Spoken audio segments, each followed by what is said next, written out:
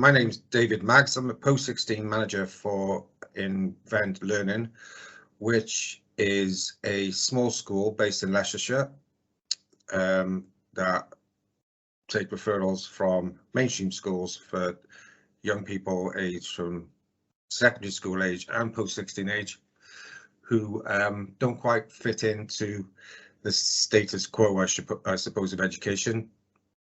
I'd say 95% of our students have special educational needs and education and healthcare plan associated with that, and or early lifetime trauma, or come from backgrounds whereby there's poverty and unemployment and other things that happen with that kind of economic background sometimes. But I have to say that the SEN MD, the mental health part of it as well, is the large part of the group we work with. Some of our students are not from poor backgrounds. In fact, more of them are from, I'd say, financially secure backgrounds. They're not, so that's new for me, because usually it's been the other way around.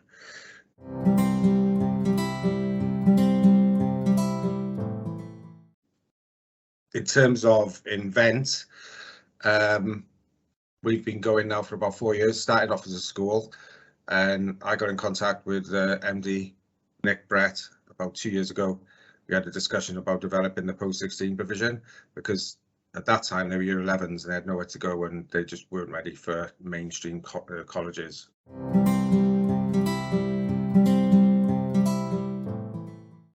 We had 3 young workers here when I started. I wanted to work with young people, and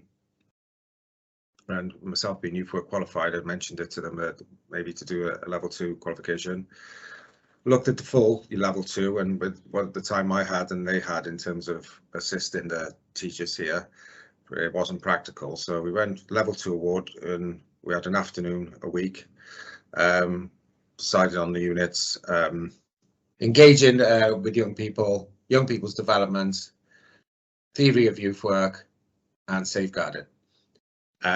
So they 2 of the 3 students completed within the time scale, and 1 student had to have a couple of months extension. She completed last week. 2 of them, the students, have passed and got their certificates in the summer, and we're just waiting on the student now that's had the extension. The reason why I chose the units, because those units for me are quite important. Well, they're all important, but quite important to give you some foundation really with working with young people, and also to give them a certificate and get them to reflect, because I insisted they kept a youth work diary, so a reflective practice diary, which is important, which you used to talk about every week. So although invented a school, so traditionally not youth work, it was about embedding those youth work principles into the way they work.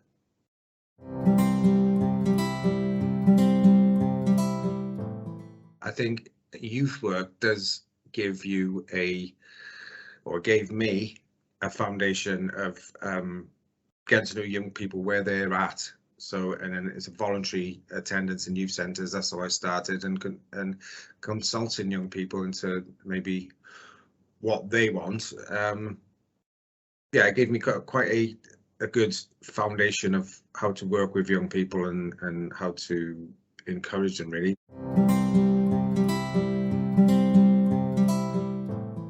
If there's any encouragement I give to youth workers, I would say always look at other qualifications as well.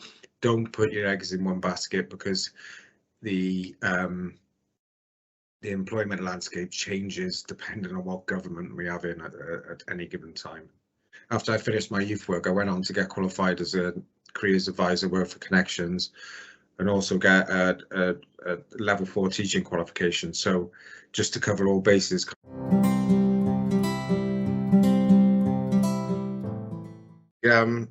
Anything careers related, so you could do a level 3 IAG, level 4, or the full the careers diploma. That's quite a good one to do, really.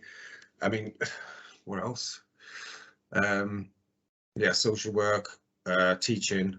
You know, even if you just get your part-time teaching qualification, it enables you to do group work in a and gives you the confidence as well to use different techniques. So we are teaching social work, anything in the humanitarian kind of ballpark.